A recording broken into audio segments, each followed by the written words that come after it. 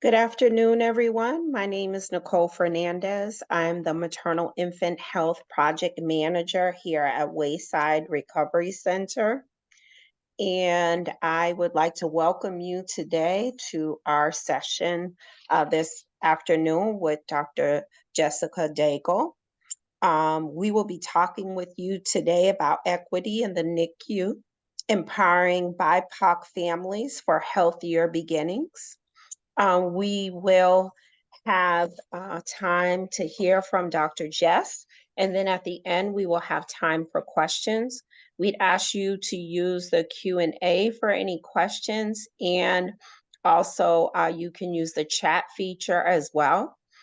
If you haven't introduced yourself by sharing your location and your role in which you serve in community, we'd love to have you share that information. It helps us to know who we are in community with and also who to connect with after such sessions like this. We want to collaborate nationally. I'd like to share a little bit about Wayside. I don't want to assume that you have been on our maternal infant health series sessions before. So we would like to give a hearty thanks and appreciation to the Minnesota Department of Human Services, who provided a SOAR, which is a state opioid 2 response grant in partnership with SAMHSA. That is how we receive the funding in order to provide these maternal health project echo sessions. And then a little bit more about Wayside. Wayside Recovery Center's mission is to improve the quality of women's lives. Since then, Wayside has worked very hard to become an expert in delivering gender-specific, trauma-informed substance use disorder treatment and mental health services for women and their families. We are located here in the Twin Cities area with locations in St. Louis Park. St. Paul is where my office is located, and also in Minneapolis. Wayside Recovery Center provides a holistic array of care, including outpatient and residential substance use disorder treatment, recovery support services, adult and children's mental health therapy, and long-term supportive housing, along with family supportive services. Wayside has been in existence for over 60 years, and we like to say we're going to go 60 more years strong. I'd like to share a little bit about our presenter today. Dr. Jess Daigle is a board certified pediatrician and a NICU pediatric hospitalist. She is also the CEO and founder of Mom and Me MD, a concierge newborn and postpartum care practice that provides in-home care and virtual support to NICU moms and their babies starting in the 4th trimester. With poor outcomes for mothers noted mostly in the perinatal and postpartum period, she wanted to build a practice where moms and babies receive the personalized care that they needed to help them thrive. She works closely with families to help make their postpartum journey be as successful as it can be. Without further ado, I'd like to introduce you to Dr. Jess Daigle. Thank you. Thank you so much for having me. Can you hear me? Yes. All right, perfect. So thank you all so much for attending. The NICU is special to my heart, and I have learned so much just from since the ending of training until now, and wanted to specifically talk about this topic as my awareness has grew. So we'll talk about equity in the NICU, empowering our Black and Indigenous people of color families for healthier beginnings. Equality is leaving the door open for anyone who has the means to approach it. Equity is ensuring there's a pathway to that door for those who need it. I thought that was an apt quote by Carolyn Belden. As we know, a lot of people have tended to confuse equality and equity, but it's very important to be clear on what those two things mean, especially with regard to the care and the services that we provide. So let me tell you a story. A 29-year-old gravid 2 para 0 presents to the hospital with signs of preterm labor at 22 weeks. Past medical history is significant for a miscarriage of first pregnancy at 19 weeks, followed by maternal fetal medicine on procardia and hydroxyprogesterone shots. Placed in the hospital on bed rest for 9 weeks and had preterm son at 31 weeks, 3 pounds and 15 ounces. The baby was in the NICU for about 5 weeks, and after discharge, had to go back on nasogastric feedings a week later by speech therapy due to aspiration. The baby requires speech therapy and GI visits, and babies can't wait home assessments. So if you work in a NICU and are with families after discharge, this may sound like a pretty typical story. This is my story. That's actually me with my son. The other parts that aren't often included, though, in medical history, I was headed into my senior year of pediatrics residency and interviewing for a NICU fellowship when I was placed on bed rest. I had minimal support from family and my program after my baby was discharged. I struggled to find childcare when I resumed my training. I finished residency 4 months off schedule and started my fellowship later than my peers. And during that time, I was separated from my son and lacked awareness of the trauma of having a baby in the NICU and what life could look like post-discharge. So this put me on both sides, and my story changed me. It made me more aware, more curious, and more human. I felt like I was a pretty empathetic physician, just in general, being interested in peds. But having a baby in the NICU is a journey, and support is necessary in the NICU and after discharge. But traveling as I have, as Nicole mentioned, I'm a hospitalist and I travel between 10 states now. That support and care does not look the same for all families. And this was something that kind of came as a shock to me as I work, because sometimes when you're in one area, you only know that one place, right? And you can make assumptions about what other people are able to do and or receive, or the care that they're being given. I have a family that I'm working with right now in my in-home care. It's a mom who is pregnant, who delivered twins. And she signed up because she knew it was a likelihood her babies were going to be in the NICU. And I went to see her in the hospital. And I was asking her, like, hey, had the NICU come to talk with you? Because she had went into like some early labor at the end of in like around her 33 weeks and 3 days. And so they had kind of admitted her to the hospital. And I asked her, you know, how it had been going. I asked her pregnancy history so far was to support the conversations, her twins that had twin-to-twin transfusion. So she had to have a procedure, and kind of just was taking some backstories just so I could know what kind of support and resources she might need. And this was what one of the OBs told her, and he happened to be a white male. He said, you don't have to worry about your babies going to the NICU. Black babies do well. And I really thought that was very interesting, because even when I started working in the NICU, you would hear, as a trainee, you would hear your attendings and nurses and staff say this about Black babies. And then you would hear like the wimpy white boy, like, oh, if you have a white male, he's more likely to be sicker. And, you know, we take these things and these stereotypes and designations are perpetuated throughout the unit, and we consider them as normal. But the thing is, do they really do well?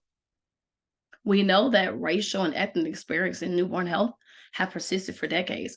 And this is not something that I was actually taught while I was in training. This has come through my after training, like just reading papers and being involved in conversations at bedside with families.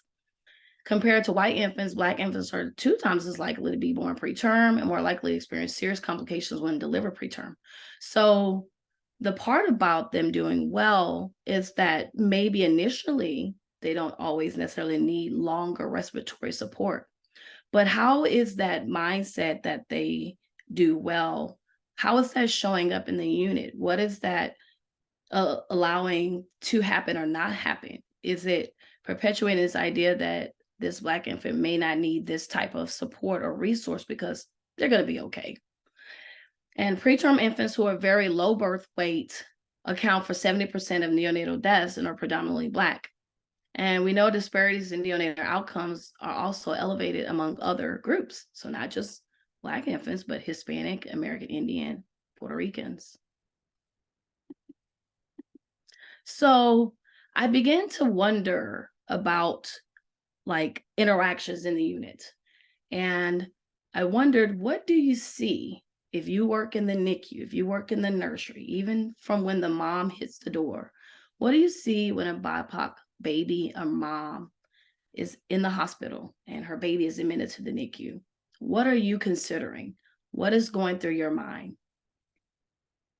So NICU families come to us with a hit story, and we know story is in history, right? And one of the things I've come to understand is we are all a combination of our exposure. So that's like our culture, what we've seen, right? Our experiences, so what we've lived, what maybe even what family members, friends have experienced that we made aware of, and our education and or lack thereof. So what we know or what we don't know, all of this impacts who we are and informs what we do and what we believe. But one thing is for sure, no matter who it is, having a baby in the NICU is traumatic. And I had not appreciated that about my own story because being a physician already, I think I was just like caught up in the, okay, I know the medicine, I know what to expect, but there's layers to this. And that was the benefit I had of at least understanding what the NICU was in the environment, but not every family is coming with that exposure, experience, or education. Families have lives outside of the unit that are further impacted by events inside the unit. So we do our families a disservice when we disconnect the medical experience and their socioeconomic experience. So today I want to talk about increasing the awareness of the unique challenges that our BIPOC families face when their baby is admitted to the NICU, how we can address disparities that are in the NICU in terms of care, and ways we can bridge the gap that exists. Offer some NICU staff and hospital leadership and those who support NICU families can implement so they can get the support on their NICU journey. And encourage dialogue between the healthcare team and community organizations and leaders so we can improve our policies and initiatives for our BIPOC families. So for those who may be watching who may not know what a NICU is, I did want to just briefly mention what is the NICU. So it stands for Neonatal Intensive Care Unit, which is a specialized place where you can get medical care for sick infants. And these infants can be preterm and term. So sometimes people think if my baby's born term, that prevents me from going to the NICU. And that's not true. Babies can be born with congenital and medical issues that require them to need critical medical care at the birth. It requires a team of professionals. So neonatologists, which are specialized pediatricians, just general pediatricians like myself who work in the NICU, fellows, residents, physician assistants, nurse practitioners, respiratory therapists, every system or every type of service that a baby may need, there's usually a professional that is available. It requires special equipment and therapies, but there are 4 levels of care. So there's like a level 1 to level 4 nursery/NICU. But what is the impact of having a baby in the NICU? Again, when I ask that question, what do you see? Sometimes in the hospital, we're tempted to only think about the medical part of a family's experience. But personally and professionally, I can tell you that it affects the mental, emotional, physical, financial, and social aspects of families' lives. So with the mental and emotional challenges, you're dealing with stress and anxiety because you're worried about your baby's medical condition. I mean, you're starting out with a sick baby. You're wondering, where do you go from here? Like, what is all this involved?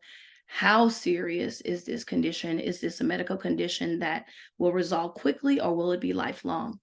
You're dealing with the roller coaster of emotions, right? So your baby's under phototherapy and that number drops, but then it rises up and back and forth, or they start doing their feedings, but then there's a concern for something called necrotizing enterocolitis, which is infection and inflammation of the gut that can be seen in some NICU babies. And so then you have to stop feeding. So families feel like they're taking steps backwards. And so you're cycling in all these emotions, hope and despair and guilt. And then you're struggling to cope with the uncertainty of the future, all while balancing your personal needs and other family members. So for some families, this may be the first baby in the NICU, but it may not be their first child. So they have 3 and a 5-year-old or a 10-year-old teenager at home, while they're also trying to balance being there for their NICU baby and trying to split their care and concern. There's the physical challenges. So a NICU family is in the postpartum phase too, right? So this mom may have just had an emergency C-section or a traumatic birth delivery, and she's worried about getting back up to the unit. And some babies have to be transferred hours away. So now she's trying to figure out transportation to and from the hospital while still physically healing from childbirth. And then you're dealing with the sleep deprivation because a lot of these families are dealing with those emotions, which one of them is guilt, as I mentioned. And so they're feeling like they have to be at the bedside. There's mistrust of the healthcare team. So they're afraid to leave their babies. And not all units have the fancy cameras where you can watch your baby all day. That equity piece is part of that too. There's financial concerns. So there's medical bills and costs. I remember when I got my bill, thankful for insurance and also the hospital being willing to write off the remainder when I did like a little kind of promo about my experience in the NICU there at that hospital. But I remember seeing that just the bed, the isolate alone was like $1,500. And that wasn't for the neonatologist rounding. That wasn't the x-ray. That wasn't the labs. That wasn't the medications. And radiologists had their own bill, and this person had their own bill. It's so many costs associated. There's loss of income, right? Because if you're a family that's trying to travel and see your baby or away, and you're like really struggling with that whole journey, some families have had to give up their jobs because they're really just more worried about being present with their baby. And then there's the expenses, related to travel. So, food, accommodations, parking. And again, not all facilities offer vouchers and free meals or rooming ins and all these different things that I've seen vary across units that I've worked at. And then there's the social impact. So NICU families are dealing with isolation and a limited social life because of the focus on that baby, and family and friends not really getting it a lot of time, and just not understanding why you just can't, why you just can't take a break, or why you just can't let so-and-so do it. Not understanding that their circumstances and their social support may not be the same as someone else's. And then having trouble maintaining a routine as well. And then there are the challenges. So this is kind of where, I'm transitioning to looking at some of the equality and equity piece. So not all NICUs operate the same or have the same resources. So for example, it was one place that I go to if the babies are having feeding issues, you're having to rely more on the nurses to kind of work with them on feeding difficulties. And we know that the training is across the board. It's not necessarily the same in all places. Whereas another facility, they can just consult speech therapy. A pediatric speech therapist is going to come and work with their baby. So what does the difference look like for those two infants? One who has a specialist that's trained in that area to offer feeding therapy and feeding support versus having to struggle with the bedside nurses who are doing their best, but that's not their area of expertise unless they've gotten extra training, right? So differences in medical care and support between staff in the same unit, right? So one of the thing is, and what I mean by this is that sometimes night nurses are saying different things and than day nurses, and there might be that one nurse that promotes the family doing skin to skin, and that one nurse that doesn't want to bother the baby on CPAP. Then there's lack of effective programs to support families on a journey. So some units have built family centered care models, and there's going to be a needs assessment for every family who is admitted to the NICU. Not all NICUs have that. Some places your baby's going to be there. They're going to try to work on getting you fed. You may or may not see a social worker who can help, depending on if someone is curious enough about your resources and what you might need in your home following up your NICU journey. And then there's lack of trauma informed care training and cultural sensitivity training in all staff, which is key. And I think that there's more movement towards this in healthcare in general, but we need to bring these types of conversations to the NICU as well. So like I mentioned, all those impacts, then there's stress that a family feels that are apparent with the racial and ethnic disparities. Black and Hispanic infants are at risk of receiving care at lower quality NICUs and worse care within a NICU. And I remember seeing papers talked about this, and I remember being so shocked. Like, what, in the NICU? But then as you start to talk to different people, and then when you think about the fact that it happens in the maternity level, then if these systems are in place in the hospital, are not in place rather, right, to support equality and equity, then of course it would fall down to the care of the baby. So what do these disparities look like? Well, lack of access and awareness to support service. So we know like certain areas will, if a family is in a certain area, they're more likely to go to a certain hospital. And how is that hospital and their support and their resources?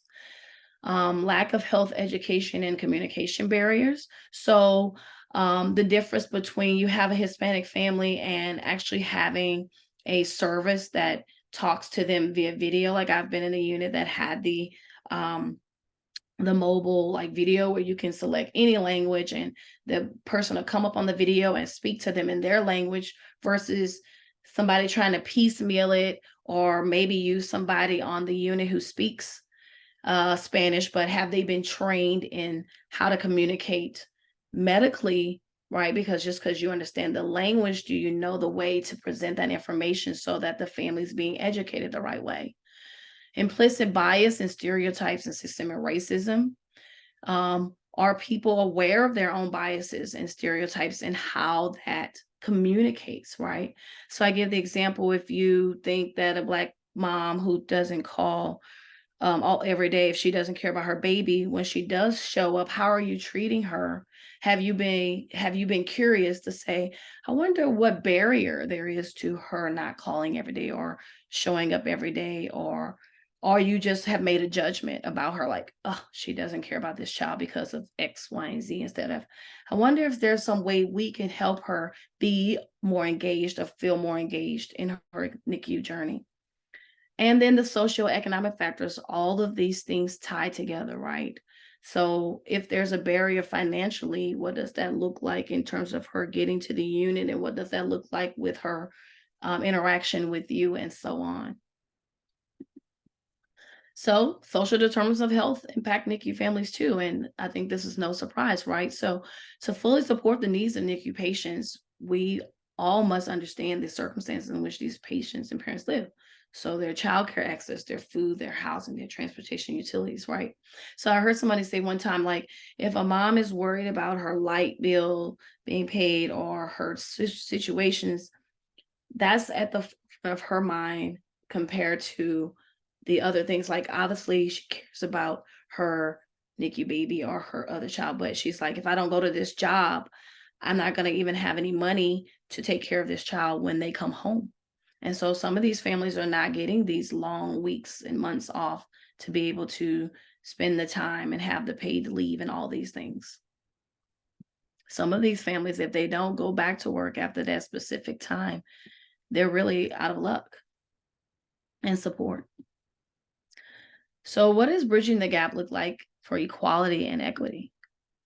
Well, we need to build and expand NICUs in underserved areas and really making them have the resources and services that others have in all areas, right? Because the thing is, it's like being able to run the CBC at the hospital. If we are ordering the CBC and we know we need it, then every hospital needs that CBC machine, right? That blood machine. And so it's the same thing. If we know that a certain level of care is needed and we know access is needed and these type of treatments are needed, then we should be prepared to make sure that all these units have that access, because we know as standard, this is what is needed for good care. We need to create policies that increase access to healthcare and reduce financial burden of neonatal care. And we know that it's expensive. Implement cultural diversity and inclusion training to reduce biases. So, it's interesting. We have these, I worked for a company, and I know this is in hospitals too. Like every year you have to do HIPAA training, you have to do safety, IT training, and all these things. Cultural diversity and inclusion and needs to be routine as well too. And there needs to be a way to measure improvement in that area. Like, are we seeing better impact with our responses with our families? And diversifying the workforce and improving staffing and resources. So we know some of the disparities in some of those other units have to do with staffing, right? Drawing in excellent staff and resources. So some of those hospitals in those areas lack the resources as well to provide that care, which I think is interesting. And I'm coming to learn a lot more about how the money moves in a lot of these instances, which we know managed care plays a role in that too. So we could promote telehealth services and telemedicine to connect families. So telemedicine, especially with COVID, has blown up. So are there opportunities that we can connect families via telehealth and telemedicine to get resources and answer questions? So if this mom can't come in, is there a way we can schedule a video consultation with her to update her about the care of her baby and let her see how her baby is doing and access in that way? Do community outreach programs for families that support the health and well-being and improve their social in terms of health. So getting on the front end, like neonatal and maternal health are connected. So how can we improve the mom's lives from the onset so that it improves their outcomes for their babies as well? And we need more partnerships between the healthcare leaders and the community organizations so we can address these challenges. There needs to be dialogue back and forth on what we're seeing in the hospital and what we're seeing in community, and where are there opportunities for improvement.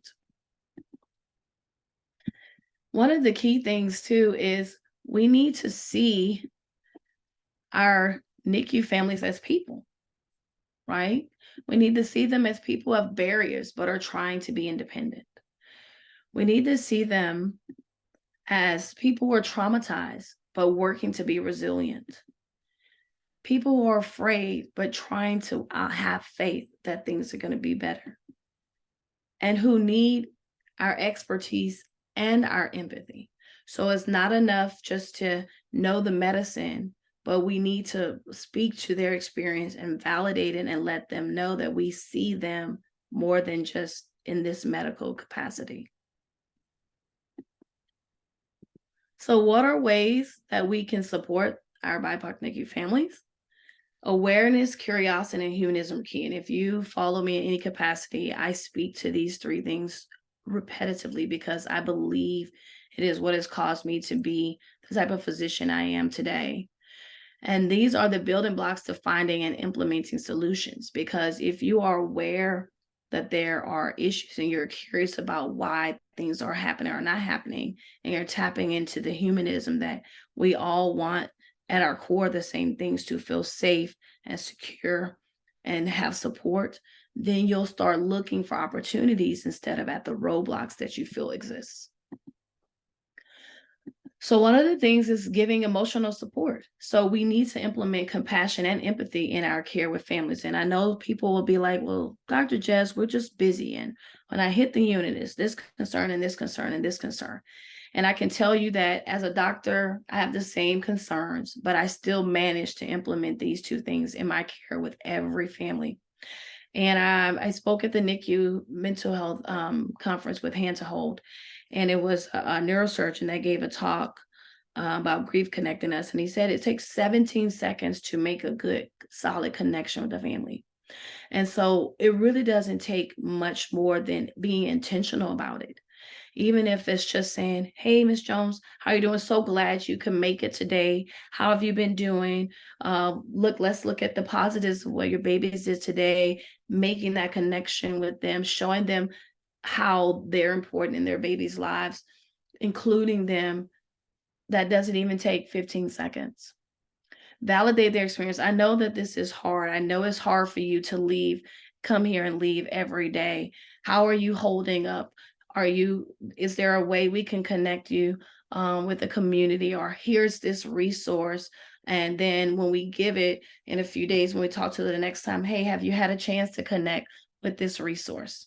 And we need to treat parents like parents, because families feel like they're at the mercy of the healthcare system, right? They feel like the hospital takes ownership, they own their babies. And we need to foster more of a team approach. We need to make that clear, like, hey, we are leading this medical aspect of your baby's care, but we recognize how important your role is as the parent. And this is the way I encourage you to show up. And this is how you can be involved. We need to be proactive in the conversation, making this known. Have social workers and counselors connect with families. So I'm in a group with about 30,000 NICU moms in Facebook. And this is one of the things that they said they wish that people acknowledge the mental health aspect of what they're going through and actually made effort towards showing them. Because, I was guilty of that, thinking just because everybody has a phone and Google that they are looking things up. And not necessarily. These families are overwhelmed. And it's like you have a map, but you still don't know like where to go. You're in your car driving, but you don't know where to go. And you need someone to say, hey, here's this map. Let me kind of show you or guide you along this journey. That's what they need from us. And so we need to be actively screening for adverse social determinants, right? So we need to know what is really our families' lives are like outside, how that might impact their interaction in the NICU, their perception of us, and how we can maximize their support inside and outside of the unit. And we need to implement a system for sharing resources with families and follow up. So we've become really good in medicine at checking boxes, right? Like they come to the office, they get their wild child check, you give them a piece of paper with the anticipatory guidance. We're really good at giving paper, like material. But have we assessed that material? Are we following up their understanding of that material? Are we just liking to say, we check, we did it, check, we asked where they live, check, we got their name, check, we got their phone number, but are we using the information to help them? The other piece is target education of our families. So target education about their baby's care and diagnosis in the way they can understand. So again, bringing in that awareness of the cultural, being culturally sensitive. I had a family, an Indian family in the NICU one time, and I remember the nurses being very, very frustrated because they were trying to help her breastfeed, and the dad seemed to be hovering.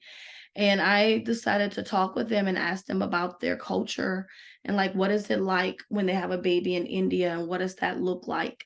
And that helped to bridge that gap of, well, they're coming with a certain expectation because they have a certain experience, just like I said before. And so the next thing is empower. We need to empower parents to be active participants. So when I have a family admitted to the NICU, I say, I coordinate with the nurses. Okay, we're going to put this baby on the 12-3-6-9 care time. I make sure that's communicated to a family. Okay, so your baby is going to be eating at these times. That means you'll want to be here around 2:45, 2:30 to 2:45, so you have time to wash up.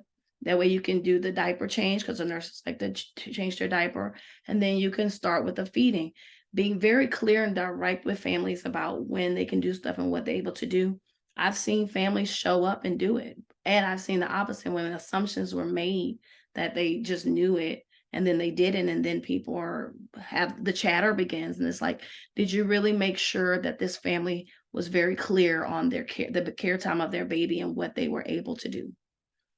And the other thing is offer. So we need to offer guidance on what to expect. So I give a roadmap, right? And a lot of times some people are like, well, I don't want to say, because I don't want to be pigeonholed into, oh, well, you said on this day. I'm very clear with families even about that. Like, these are the 4 things your baby needs to be able to do to go home. I'm giving you this global overview because I want you to just have a big picture. But we're going to talk about this every day, and all along the way, you're going to know when we've reached this target, when we've reached this target. And so the families know that. And so I can't tell you when your baby's going to go home because I don't have a genie and I'm not God. I don't have a magic ball. I'm not God, but I can tell you the steps they need to take. So that's very clear for a family there. That's very obvious to them when the baby's off oxygen or on minimum support. It's very obvious to them if they've eaten all their bottles now, or if they're still requiring some tube feeds. They're not going to be expecting to go home then if we've said, hey, we want them to be eating all 8 of their bottles for 1 to 2 days or whatever you decide. But I've found that when I have the conversations like that, it's very clear and I don't have much pushback, and we revisit and be okay revisiting. These families are overwhelmed. They're probably retaining like 5 to 10% of what you say that first day, if that. Like, I have families that'll ask me, I'll tell them baby's in the NICU and what's going on, and they'll ask me about the circumcision. And I used to be so tickled by that, but then I thought about it. They are reverting to what they understand and what they know. People latch onto what they understand and what they know. And as the providers and healthcare team, having the expansive experience, we have that edge to be able to guide the families in the best way. And that's what we should be doing. Open communication. So family-centered care is critical to success of the baby and the family. There's been research about that. So involving families in the decision-making process. Hey, this is what we're trying to achieve. This is what I think we're going to need to do this test and why. I'm very, very clear with families about that. What are your thoughts about it? And then addressing concerns timely and validating their experiences routinely. So it's not enough to just check it off again one time. We need to be having closing that feedback loop. Do you understand what I'm saying? What are you hearing when I say X, Y, and Z, just like we do in resuscitations? If I say, give this medication, a nurse needs to call it back so we can make sure that we're saying the same thing. We need that same thing in our communication with families. And remember, our BIPOC families are already apprehensive in healthcare. So a lot of them are already coming distrusting of the system, of people who don't look like them. And so you have to make more of an intentional effort, and you have to make it look like, and not look like it, you have to show that you genuinely care about the experience that they're having in your unit. And they will see that. Again, actions speak louder than words, and we know this. Customized care plans are necessary. So that's like, there was this good visual of equality and equity that I saw on LinkedIn, and I thought it's brilliant. And it's what I pull up when I'm trying to remember the difference. So equality was, it was like 5 different people, like a tall man, a short woman, a little kid, a baby. They all had the same bike, right? So you imagine how they might look if I'm trying to be on my daughter's like bike. Versus equity was, we all had a bike, and it was the bike that we need tailored to our, my height, my weight, and my size. But we all had the bike to get to where we were going. That's the equity. So that's what we need in a customized care plan. So to make an assumption that, this parent is able to do this way, like this other family is doing this family disservice. Now, is it the same that all families need to be updated? Yes, but I might need to call this mom. We might decide that Wednesdays is our main day or whatever, or we might decide that this family needs to actually have a in-person meeting every 2 weeks, depending, or whatever. But my point is, are you assessing the need, and then are you dedicated to meeting that need, even if it looks different than the need and how you meet the need of the other family? So acknowledge, tailor, and recognize and respect these diverse cultures and their diverse communication styles and experiences. and even their beliefs. So other ways to support is parent accommodation, support group, and resources. So that's one of the things I've seen. Some families have better lounges and access, around a McDonald house associated with their units, where some families don't have that benefit.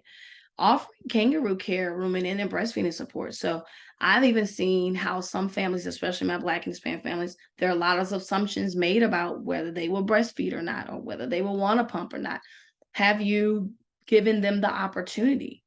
And so some people just make an assumption and not even offer. And I'll come in later and be like, hey, did you? No, they never offered me to even latch a baby. I didn't even know I could do that. Like, that's one of my pet peeves. It burns me up.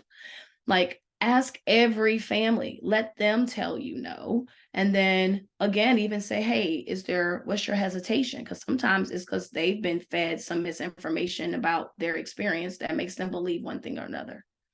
Implement support groups for parents. Routine needs assessment. What does this family need now, and who can help?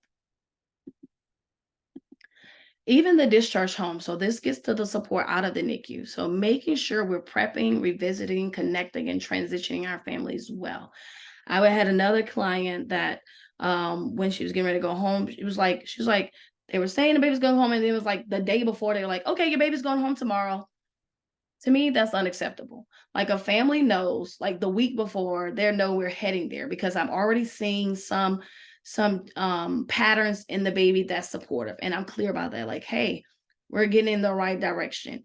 It looks like it could be at this point if this. And I know some people be like, well, what if this? Like, the baby doesn't end up doing it. Be clear about that too. Chances are the family have already had some steps forward and steps back. So they're not gonna think that that's odd, because NICU babies do that. They make some progress, and then sometimes they're kind of stuck, and then they sit a little bit, and then they make some more progress. So a family's kind of already used to that. So, but you letting them know, hey, do you have your car seat in place? Hey, have you already started thinking about a pediatrician? Getting them into the mode of thinking about their baby being home more than the day before they're about to go home. Hey, let me show you how we're fortifying. Hey, let me show you some tips on how to hold a bottle, or things like that. All of these things it's just, again, that awareness that this is going to be a huge transition for them. So then how can I maximize the support that they feel? So knowing your community organization and healthcare practices and resources is vital. So we need to be knowing who's out there in the community. Who are these pediatricians? Who are these organizations in your area that support your NICU families? And what can they really do real time, making connection with people in these organizations, having point persons? And then bereavement support, because not all babies make it home, and understanding that as well for families, and having some type of system and resource support, and a way for these families to still get help in their postpartum journey, because they still need that support too. So what can family and friends do? Well, they can provide a listening ear, help with other kids and household activities, provide rides to the NICU, meal train, gas card, just, again, doing their own needs assessments. And don't let families isolate. Again, sometimes families are just kind of hiding because they're thinking people are not going to understand. And you can support something even if you can't understand, even if that's not your lived experience. But where do NICUs start? Talk to your families. So this is just like any other business, right? Like, Coca-Cola knows to do X, Y, and Z because they're getting feedback from the customers. Hey, yeah, we didn't like that flavor, or hey, no, we really like that, or hey, yes. Do your own market research in your unit. Know who's in your unit. Learn about the families that make up your NICU community. So seeing that when they're leaving, getting some feedback on, hey, pediatricians, when they were following up with you guys, was there something you felt that, wasn't clear about their NICU experience, or whatever? Talk to other units to learn what has been effective. So, hey, we're a community. Just like Nicole was saying, this is the benefit of connecting with other people. Hey, what model have you seen work for reaching out to your BIPOC families? Because believe it, not every family thinks that they've had a bad experience. Like again, I've polled that group I'm in, and I've learned units I've heard of, like, they really thought they did a great job in this unit, but This unit over here didn't do X, Y, and Z. So what is the difference? Get curious about what are these differences that people are able to do. Be willing to try and fail. And again, remain aware, curious, and human. And just lastly, some practical strategies and resources. So cultural competency training is key. Community liaison services. So partnering with communities, organizations that may like already help some of your BIPOC families. So maybe they have a person that they've been connected to that can kind of be a liaison to connect between, like be a mediator of sort between the healthcare team and them as the family. Multilingual support. So, hey, invest in having a translator or somebody or people on your staff, getting them certified in medical translation. So if they are working and are willing or working out some kind of model where they can help out in the unit. Culturally tailor your information, your material. So if you give it a booklet to a family, does it really speak to their experience? And the follow-up programs at the state level. So I'm actually just had a conversation with Healthy Mothers, Healthy Babies of Georgia about some of their education for prenatal has nothing to do with NICU. Like a family will be shocked if they have baby admitted to NICU. They'll be like, wait, I didn't even know that was possible. So yes, you don't want to like put that on someone, but we're educating about maternal mortality. We're educating about preeclampsia because that's possible. It's possible for a family to end up in the NICU. So we need to kind of have some baseline information and resources where families can go. And for my BIPOC NICU families, you deserve support, care, empathy, understanding, compassion. Be patient with yourself and others. The NICU experience isn't like anything else. And there will be some people who never get it because that's not their experience. Be empowered to ask for what you need and teach people how to help you, and set boundaries and know you're not alone, and find your community. And for my caregivers and healthcare professionals who are watching, burnout is everywhere. So we must implement strategies at the hospital level that takes care of us and patients. Both, all of us matter together, and there's ways to do it. So since I started with my story, I can tell you where we are now. That's my son, who was 31 weeks, he's 10. And because of my experience, I now offer coaching and personalized home health support for NICU families with my business. My son is excelling in school and soccer. He's very witty and bright, and part of the reason I am here today. And it is Prematurity Awareness Month. November is Prematurity Awareness Month. So just celebrating that too. So you can connect with me on LinkedIn. I'm at Jess Daigle, MD. And thank you. Thank you so much for your attention today. Wonderful. Thank you so much, Dr. Jess.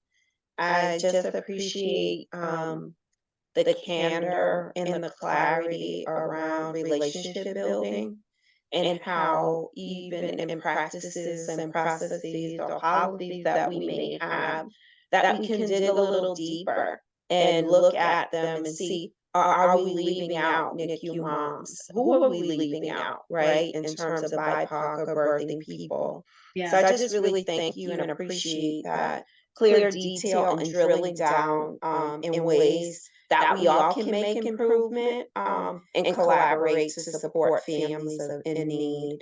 There are some questions in the chat. So if you have any questions, please feel free to put them in the Q&A. I believe we've got about maybe 8 minutes.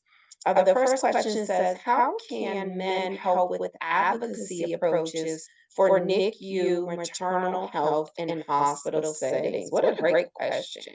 That is a great question. There are actually, I don't know if this person is a NICU dad or not, but I think it's just that being aware, now that you're aware that advocacy is needed, is then reaching out to hospital administration, directors of the NICU, and seeing where there is a role for helping. So if you are a person that is part of setting policy or helping with implementing, like say if the unit is bringing something before you and you are the man on, one of the men or people in charge, I think it's just using your power in that way to say, hey, I may not be the mom, but I'm either a NICU dad or I just understand just at the human level. And that's why I say awareness, curiosity, and humanism, because even if that's not been your experience in that way, we've all had human experiences where we desired support and we needed someone to advocate for us, or we wanted someone to understand something about our experience. And just tapping into that quality and characteristic alone, I think, is a good starting place. It makes you be curious. Like, just this question is already showing your curiosity, and that's going to allow you to go and connect and just ask directly to a person over a unit, like, hey, is there a place that you're seeing men not being used? I know that I've had NICU dads who speak to being included even on the journey, right? Like, so much focus is on the moms who've had the baby, but I know when I see a dad in the unit, I'm encouraging him to do skin to skin. I bring him in. I'm like, hey, come sit here too. Do you want to put the baby on your chest?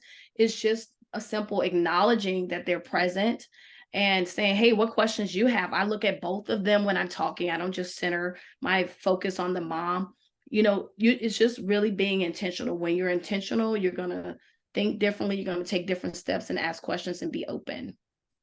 Wonderful, thank you. It said, how often are public health professionals in the hospital spaces?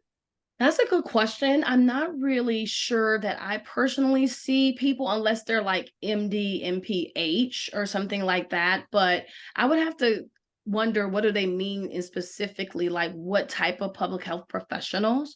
I do Okay. think that that is we do need more of that, and that's why I talked more about the community and hospital connections. I think we do need to do better with having people from communities sit on hospital boards or and things like that, because I think sometimes it's such a silo of physicians all around the table, or it's just administration, like C-suite people, but they're more focused on like operations and finances, like the CEO, CFO, CMO. But if there's somebody that's representing like the community, I don't see that much actually. Thank you. The other question says, how can we create universal standards of care or protocols for preeclampsia and hemorrhaging post-birth in hospital and clinic settings? I would imagine we would have to start with a organization like ACOG. And then, this has become so interesting to me too, because I feel like some of these answers to things we need to do better in maternal and NICU and infant health space are very, very clear. It's more about the drive and the incentive for people to do it, which I'm always just like, isn't somebody being human and suffering enough incentive?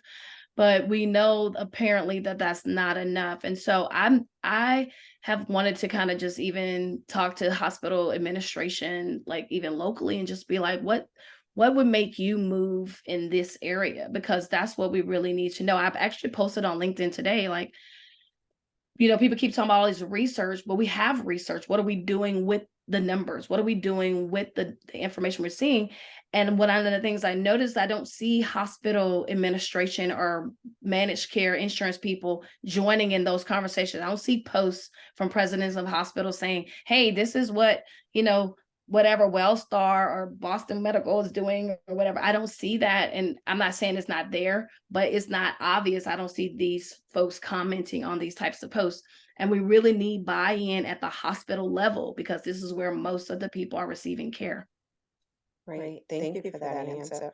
There's another question, and it says, how often do doctors and nurses advocate for doulas and midwives in the hospital setting? What are some best practices for professionals to try to include them? I think that that's personally going to require a mindset shift, and I think it's going to take. I actually met a doula at a conference I was just at, who's actually going to be sitting down. She's in Texas with one of the hospitals in Texas to talk about bringing it in. So again, it's really going to take getting to the hospital administration and figuring out what's going to make them interested and buy into this process. I can certainly tell you is going to take mindset shift, and obviously you have to probably show it. At the end of the day, medicine is business, as much as I hate that in some aspects, because I feel like it's part of why we struggle with so much too, because so much Mhm. focus ends up being on money.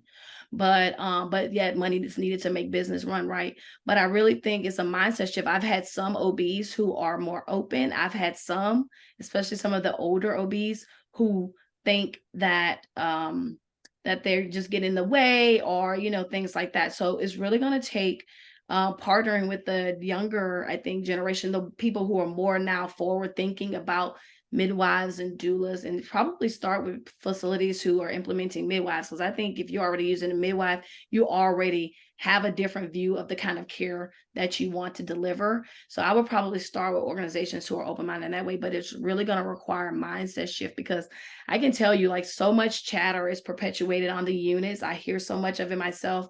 And like, that's why I brought up the wimpy white boy, the strong black girl, all these things, all these narratives we are telling ourselves inform our interactions with the patients, our interactions with other professionals. Thank you. I think we have time for one more question there. We do have the ability to see this transcript. So I will make sure that I share the transcript of questions with Dr. Jess, but I do believe we only have time for one more question. And it was, how high are the rates of Black moms returning to hospital for postpartum complications? I Are don't you have numbers, I would okay? say. I don't Okay. have the numbers for that, to be honest. I'm sure it's definitely happening. I guess my question to that person would be like, what do they want to do with that information? I mean, that's Mhm. something that can definitely be like Googled, but we know that it is happening. I know I certainly educate families on coming back to the hospital if they are experiencing anything. As I pointedly speak with my Black and Indigenous people of color families about like preeclampsia and what it looks like, so they don't brush it off. And I always advise them to bring somebody with them that can advocate for them in the event that they cannot for themselves. Thank you. Thank you. Thank you so much, Dr. Jess. There were a few regarding doulas again. There was also a question regarding state organizations having best practices dealing with maternal, BIPOC maternal mortality, and then talking about APGAR scores and how they're categorized. And then I do believe, Dr. Jess, did you share the slides the last time? I can't remember if you shared slides with the attendees or not. But there's a slide, the LinkedIn slide for your contact information. People wanted you to go back to that one, Okay. and I'm gonna have to stop there because there are several more. There are many thank yous, saying there's excellent presentation in the chat as well. Um, and then Maddie, who is a new mom of a premature baby, really appreciated you sharing your knowledge and experience on this Oh, very important topic. So Maddie, we're so glad you are able to be with us today.